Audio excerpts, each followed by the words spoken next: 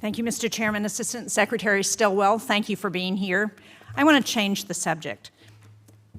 My home state of New Hampshire has one of the highest overdose death rates in the country based on the opioid epidemic. The highest percentage of those deaths are the result of fentanyl. And the vast majority of fentanyl that comes into the United States comes in from China.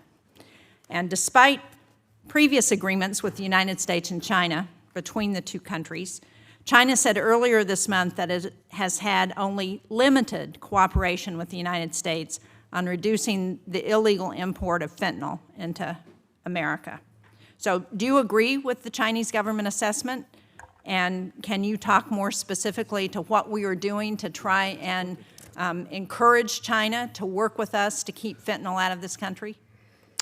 Senator, thank you for that. And yes, I do agree that more can be done in the PRC to manage this problem. One of the statements they make is that we don't have a drug problem in China, and yet we do know that that drug is making it into our own country. So if they would apply those same standards domestically as they do when it leaves the country, that would certainly help. I know the administration, before I came in, brought down a policy that allowed China the ability to use our postal service at rates, preferential. I do think that also helped as well. But I think, and I know the both working together. This is another issue that both the administration and the Congress share in concern and activity. I note Senator Rubio praised the passage of the Fentanyl Sanctions Act, holding China accountable for its part in allowing this tragedy to continue. You didn't mention what more we're doing to try and get China to comply with the agreements that we've. Senator, you have my full commitment to raise this in every setting with them.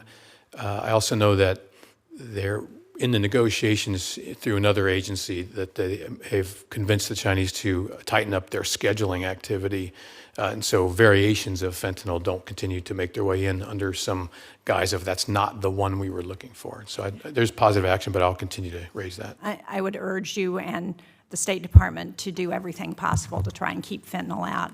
And you mentioned the Postal Service. We know much of that fentanyl comes in through the Postal Service, and yet this administration has threatened to withdraw from the Universal Postal Union, which would be detrimental to our efforts to try and keep fentanyl out of this country. Can you tell me why the administration is planning to do that and what we can do to try and urge that you reconsider that decision? Senator, thank you for that question. I'm not going to do this all the time, but I will plead ignorance on this one. I've spent half of my time in the job downrange in the region, and my opportunities to actually study up on all issues have been limited, but I'll take that one for. Thank you. We will make sure we send a follow-up question and ask you to respond to it.